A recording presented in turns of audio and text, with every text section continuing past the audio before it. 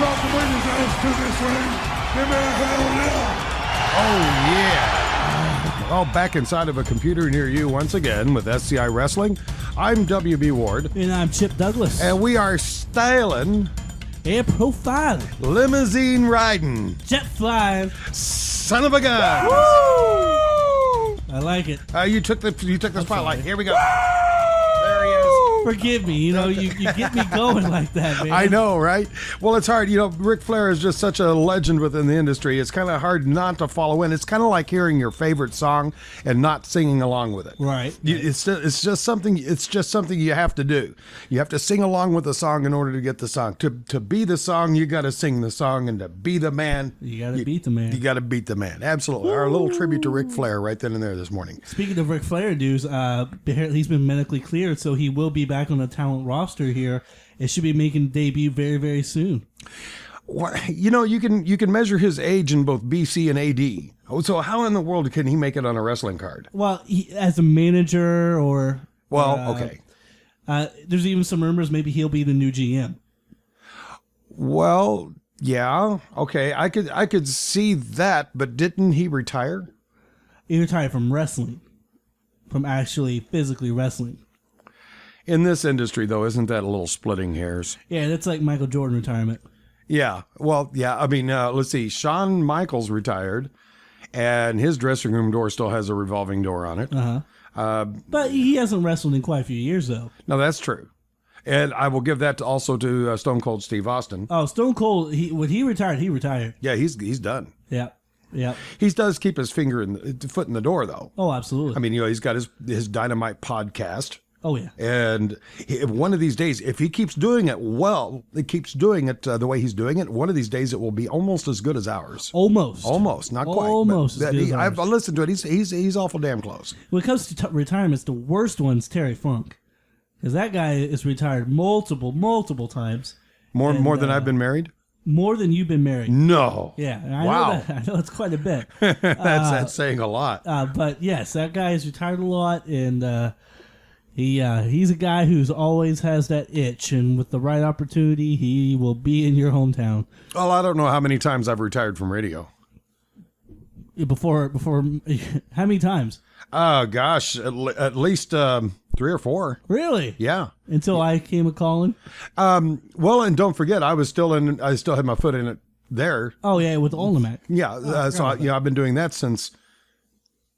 the radio version since 2009. Right. Incidentally, this year in September will be my 2000th episode. Wow. Yeah, 2000th. Congratulations. Yeah, with nonstop. It's one broadcast a day every single day since 2009. Do the math. This September it'll be 2000 episodes. Wow, that's awesome. Now, and every Monday night when I watch Raw, I think top this. Speaking of Raw, we're definitely going to touch on Raw, and we're going to touch on everything that happened this past week. Some big things did happen, not only inside the ring but outside the ring as well. We're going to touch on all that here just in our little 30-minute episode.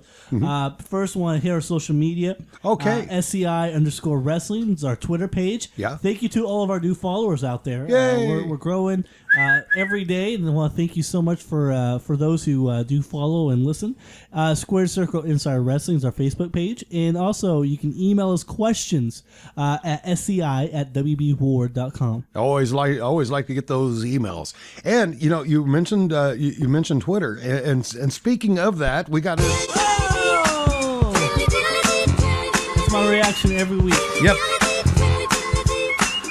And here comes mine. The famous pop there. This week's Tweet of the Week is brought to you by Pat McNeil. And he actually tweeted this this past Monday Night's Raw. He goes, on Raw, Lana, who's Russo's lady, points out that Barack Obama is a terrible president. That makes her a heel? Yeah, boy, that's as valid of a point as I think I've ever heard. Oddly enough, I did not think that when I saw that, but now that you mentioned it, I'm sitting there thinking, yeah, okay. I have to admit, did you happen to see the White House clip they used on Raw of President Obama working out? Yes. It was kind of pathetic. It was.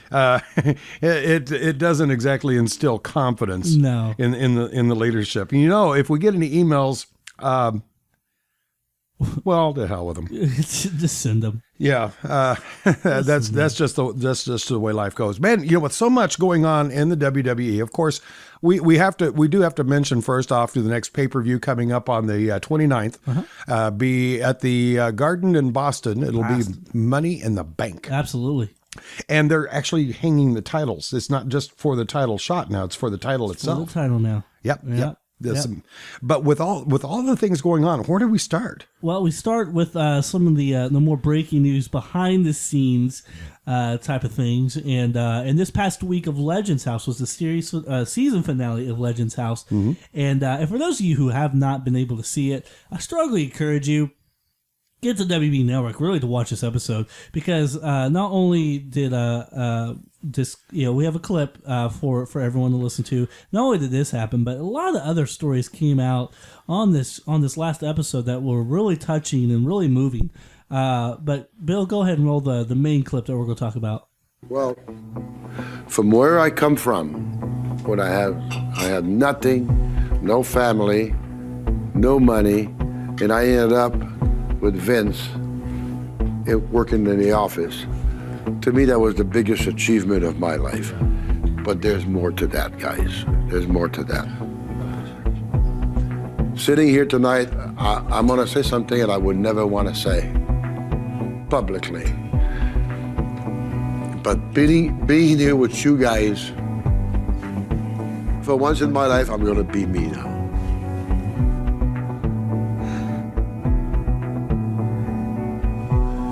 I survived all this being gay. Wow. If you didn't recognize the voice, that was Pat Patterson. Been with the WWE for how long? Oh, decades. Over, I say about 30 years.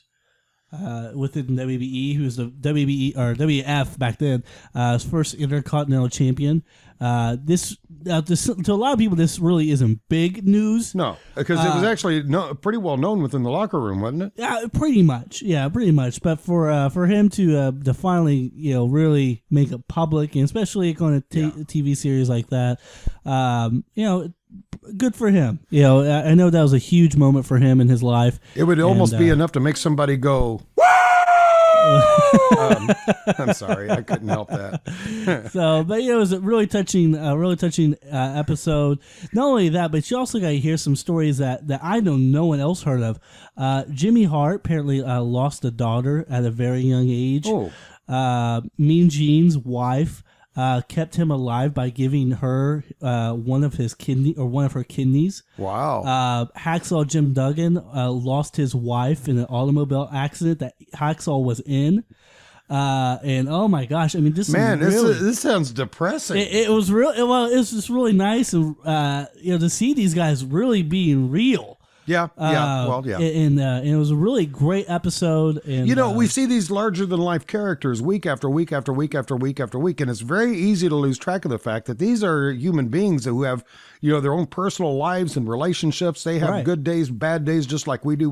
They have their own personal tragedies. Yep. So it is kind of interesting to see to look into the microcosm of their life, and just get a sneak peek at.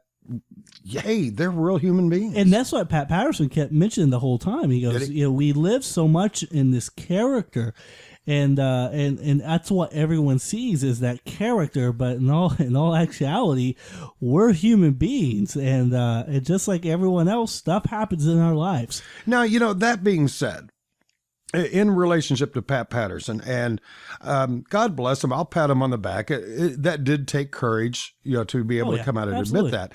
However, I do have to agree with Jim Ross on his tweet in response to that. Right. When he said, and I'm paraphrasing because I don't remember word for word, but he said something to the effect of, "No, congratulations to Pat. I respect him dearly, but no big news here. Why is this a big deal?" Right. You think our society will ever get to the point where, if I were to admit to you I like women, everybody would respond with, so? Right. You think we'll ever get to that point when it comes to people saying that they are homosexual? I think we will. In our lifetime? Maybe not in your lifetime. Well, yeah. That can be pretty abbreviated. No offense there. Right. Wait a minute. You know something I should? No. I'm just saying you have you have 25 years on me. That's true. So in that sense, I think so. I mean, we're seeing it come out in different areas to where it will lose its effect. I mean, we see it now in professional wrestling. We've seen it in the NFL now. Yeah. Well, on the other side of that coin, Darren Young, we have to bring up Darren Young because, he was the first WWE superstar to, quote, come out of the closet. Right. But in the case of Darren Young, with his abilities and with his talent, it's really a shame that what he's going to be known for was who he slept with. Yeah. And that is just such a crying shame. He's got so much more to offer the world, and that's all anybody will ever see from now on. Right, but still proud of Pat for I know that's a huge step forward because that's something he's been holding for 50 years. So I know that, and it sounded like somebody out of the mafia talking. I know. Well, he has that mafia Canadian voice. Yeah. So here's the one thing I like about being with you guys. So do we have a? Go ahead. No, just with you. I was just paraphrasing him. I was leading to the next segment. Moving on. Okay. Yeah. There are. If anybody's interested in applying for work, this may be a good time to keep. And we do have a special guest who did agree to stop by just for a few seconds. Yeah. Mr. Wade Barrett, if you would please, sir, tell us what's on your mind, would you? But I'm afraid I've got some bad news. And thank you for stopping by. We appreciate it. I think this week we should be very happy to be employed. Yes. Because there are 12 professional wrestlers this week who are not employed.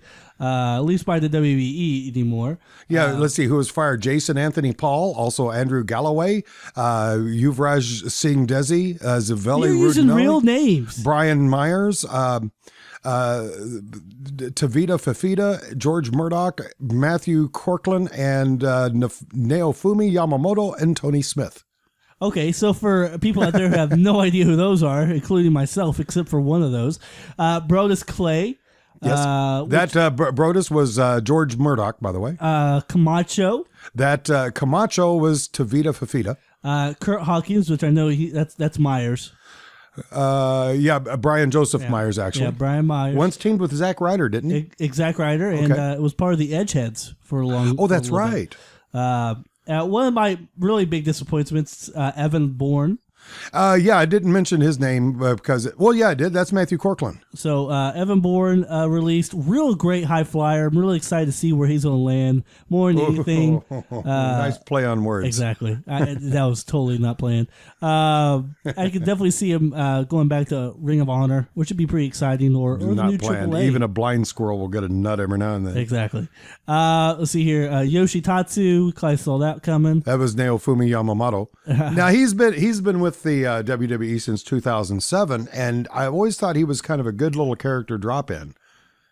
I agree. And what kind of worries me is the fact that because he was a big Japanese star in Japan, and WBE just signed another big Japanese star. His name was Kenta in Japan. And when you talk about workers, this guy could freaking work. And I remember one of the first matches I watched with Kenta, who we'll probably see in NXT soon, was against Daniel Bryan in Japan. Phenomenal match. Let's talk a little bit about Drew McIntyre, Jinder Mahal, and Oksana. Right. I was really surprised to see them let go because all three of them share the one thing in common of they recently, like within the last week or two, have been involved in some pretty good sized pushes. Well, yeah, especially with McIntyre and Jinder being part of the 3MB. And didn't I see Oksana as recent as last Monday night? I believe so. Wow, showbiz can really take a toll. Well, it makes you wonder what's going to happen to Heath Slater. Is it going to be the one-man band again? Possibly, because I know he's going to be sticking around for a while. Right. So I don't know about you, but my biggest surprise of who they let go was the one person whose real name I didn't mention because his real name is his ring name, and that's Theodore Long. Yeah, Teddy Long. Been with him for 16 years. 16 years. By the way, his complete name is Theodore Robert Rufus Long. Oh, wow. He joined with the WWE back in 1998. And I'm just sitting here thinking, what the hell are you guys thinking? I mean, that he was such a good player. He was a good performer. He played his part well, and they really put him in some demeaning roles that were just really far beneath his abilities. Right. So I don't know. I'm hoping in his case this was a real mutual kind of thing, and it wasn't just a case of, yeah, we don't want to re-sign you. You know, I had the perfect gimmick for him. What's that? And it involved bringing back an old stable and bringing back the Nation of Domination and have him be Oh, I forgot about that. the mouthpiece of that group. Because back in the day, back in the early WCW days, he was a manager to a black tag team called Doom, and his job was to be the mouthpiece for that team, and he did a very good job of it. So I always thought, putting Mark Henry, Kofi, R-Truth, and Xavier Woods together in a group and having him be the mouthpiece would be a great little gimmick. And, with what they have going on now, and of course, I don't know what their immediate plans are with the Shield and with the Authority. This would have been a perfect place, though, for Theodore Long to come up and start managing the Shield and being their mouthpiece. That's true. And I think that would have made for some very, very good story turns. So moving on, we wish all of them best of luck in their future endeavors. Yes. By the way, you never asked me who in the world Tony Smith was. Oh, is that? I think it's the one we did mention, JTG. Nope. Who? Oh, JTG. Yeah, we did not mention him. Yeah, we mentioned him. Yeah, JTG. That was Jason Anthony Paul. Okay. Who's the other guy? Mark Harris. Mark Harris. He was a referee for NXT. Oh, I was like, who? Even the referees have stage names. Oh, wow. That I didn't know. Yes, Mark Harris. His real name was Tony Smith, to which everybody in the world just went, who? Who? Including me. I was like, Mark Harris.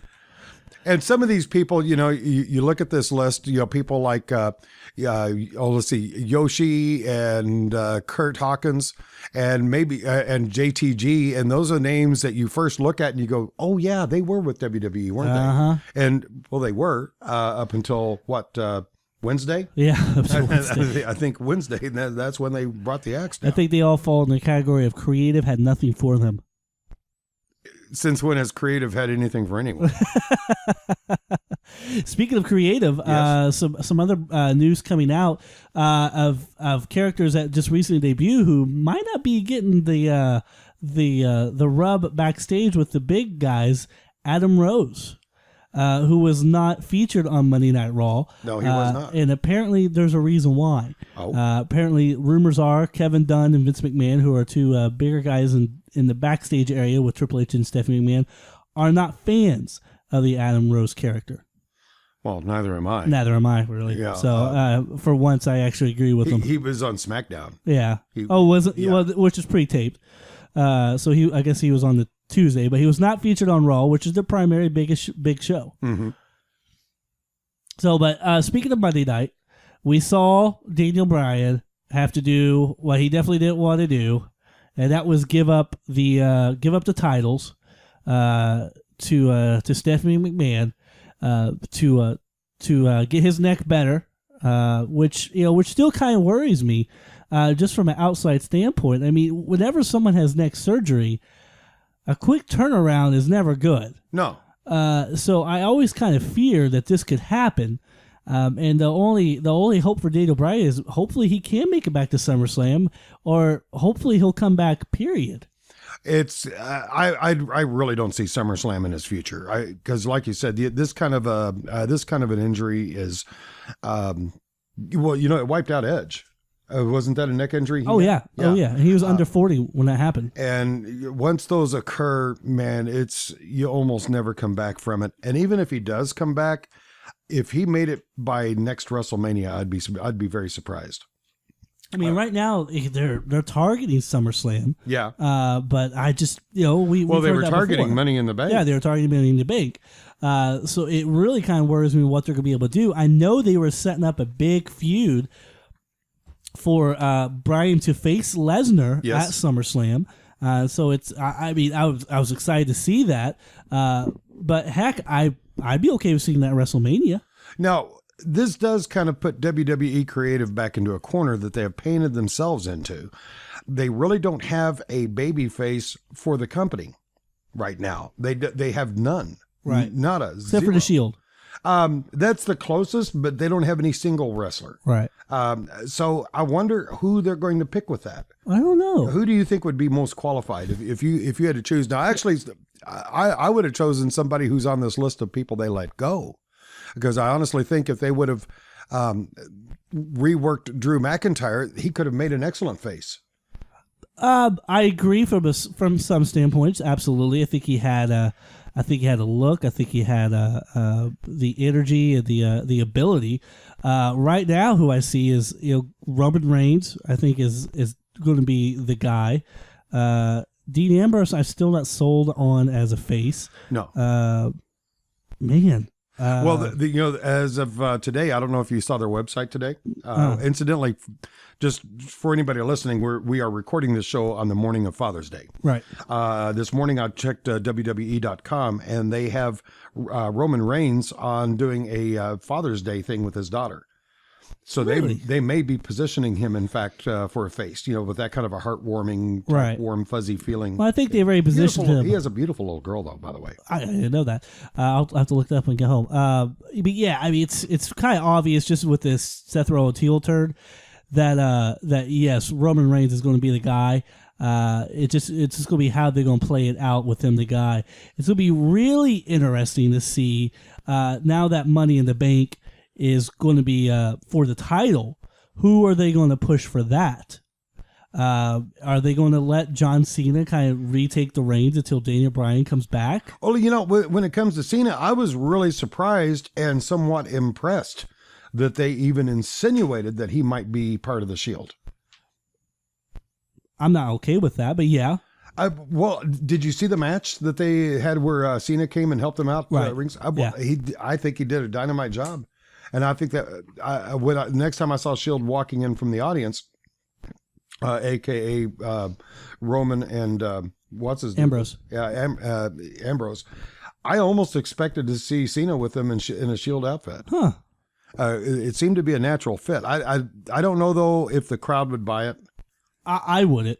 I mean, I think it's cool for him to tag team with him every once in a while, but I really think the Shield, if they're going to add a third member, needs to be someone where comes from NXT, because that's where they kind of all have that togetherness, is the fact that they all came in together from NXT. It's kind of like being in the same graduating class. Right. Yeah. So I think they should promote someone within NXT that maybe feels like they're getting pushed down to be part of the group. Where do you see happening with the Rhodes the Rhodes brothers? Because, I mean, that just seems to be crumbling week by week by week. It's a slow burn. I think we're going to see the Rhodes brothers at SummerSlam. I think that's the target pay-per-view for the Rhodes brothers match. Well, I think the fans are losing a lot of interest in it. They've really taken this very weak plot. Yeah, with their story. Yeah, with him tag teaming with different people every week and him still losing. I think the play or the storyline is going to be Cody Rhodes is going to say, well, maybe I wasn't the problem. Maybe it was you. And I'm wondering if Daddy is going to eventually make his appearance. I think so. I think you got to. That's a shame that they didn't have a pay-per-view for tonight, because what a wonderful what a wonderful storyline that could have made on Father's Day. Yeah, absolutely. That would have been a great move. Absolutely. So with the Rhodes brothers, be very interesting what they see with that tag team situation. We got the Usos, and it was just announced that the Wyatt family's two other guys, Rowan and Harper, will be facing the Usos for the titles at Money in the Bank. It almost seems that WWE is getting a little tag heavy. They may have to go start splitting up teams, just in order to improve their singles roster. Well, what do you mean? Well, like they got the Shield, and they have the Usos. Just for example, right? Between those two, they have 4 potential pretty strong singles between the two of them, and yet they're putting all their apples into one large basket, and it's real. I think it takes away airtime. I think it leaves them with a little bit of a void that's going to be pretty difficult for them to fill, because right now they seem to be they can only fill it with people like Bo Dallas. For goodness sake. I read an article that said that he's the next Chris Jericho. I heard something about that, and I thought, what the hell are you thinking? How could you possibly make the correlation between Bo Dallas and Chris Jericho? I didn't even. I saw the headline. I know what you're talking about. Yeah, I saw on the headline, Bleacher, yeah. and I didn't even bother reading the story. No, I haven't either. You know, because I know I'm being guilty of judging a book by its cover here, but if that's the headline, I figure there's no way that story can take a direction that I'm going to sit here and not get pissed off reading. Oh, I completely agree. Well, at first saw that headline, I was like, no, I don't think so. You can't put those two in the same category. Not even close. That is pretty ridiculous. That's like lumping in Jerry Lewis along with Stone Cold Steve Austin. Wow. I mean they are that far apart. And you know, they had just this beautiful build up with Bo Dallas coming in with all those really creative and very masterfully orchestrated videos, only to be followed up by him. The only person that I've really seen live up to his promos was Bray Wyatt. Yeah. And he really lived up to him, but he is truly one in a million.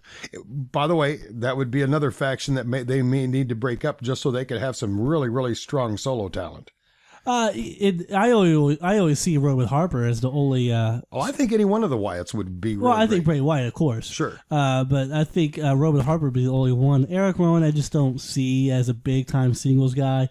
Maybe as a big monster type heel character, but I see him kind of as a Prince Albert type of guy. Maybe just fill the mid card, or maybe even upper mid card. No, speaking of them, I just had a brainstorm this morning. I was thinking about this, and I think what would make an excellent match for an upcoming pay-per-view would be one of the smaller cage matches. And we used to see these. I forget what they call them, but it's where the Shield would take on the Wyatt family or the Authority. The Shield would face off against their former partner. Rollins, Orton, and Triple H. No, just Orton. Oh, just Orton? Orton. Oh, yeah, tag team. And then in the corner, you could pair up somebody like John Cena with the Shield. But John Cena is not in the ring. He's actually in a small cage just outside of their corner. And Triple H would be in a small cage just outside of their corner. And the whole idea of the wrestling match is to get to the ring post with a key that unlocks the cage that has your manager in. And then the manager can join in the fight. Huh. What? Did I say that in any way where it made sense? I mean, it makes sense. I don't remember where I've seen that before. I don't think I have either. But I remember they used to do things with small cages outside of the ring before. Well, they used to do the birdcage matches. Right. Yeah. Where they put their manager in the birdcage and lift him up. I remember seeing one time, I can't remember what manager it was.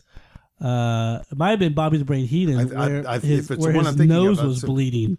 Oh wow! From the heights. I think that was Bobby Heenan. Now that you mention it, yeah. But I think an angle like that would be really good. It'd be interesting. They seem to have really gotten into ruts. You know, they got the 12 pay-per-views, and every one of the pay-per-views have these same gimmicks year in and year out.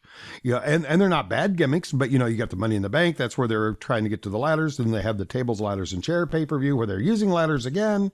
But every year they have the same pay-per-views with these same gimmicks. Granted, it gives them a good sales track record because they do make a lot of money on it. But I do think it kind of trims out the old variety thing. Well, I agree. But also some a little bit breaking news while we wrapped up the show. Okay. There's a rumored class for the next Hall of Fame that's been published. Oh. And it features someone that very well deserves it, who we've talked about, Randy Macho Man Savage. Oh, posthumously, but yes. Better late than never. There's a DVD planned out for him to come out mid this year, so they're kind of setting the groundwork for his possible Hall of Fame induction. And also rumored stars is The Rock, Kevin Nash, and Rikishi to go into the Hall of Fame this next year. But ask me if I think Macho Man should be in the Hall of Fame. Should he? Oh yeah. I got to get an audio drop clip of that. I got to get an audio drop. Write that down. I will indeed. Oh yeah, he is just classic all the way around. Man, that was a quick 30 minutes, man. Just as always, be sure to check with us next week. We're going to do some predictions for the next pay-per-view that's coming up, and you'll hear it all right here on SCI.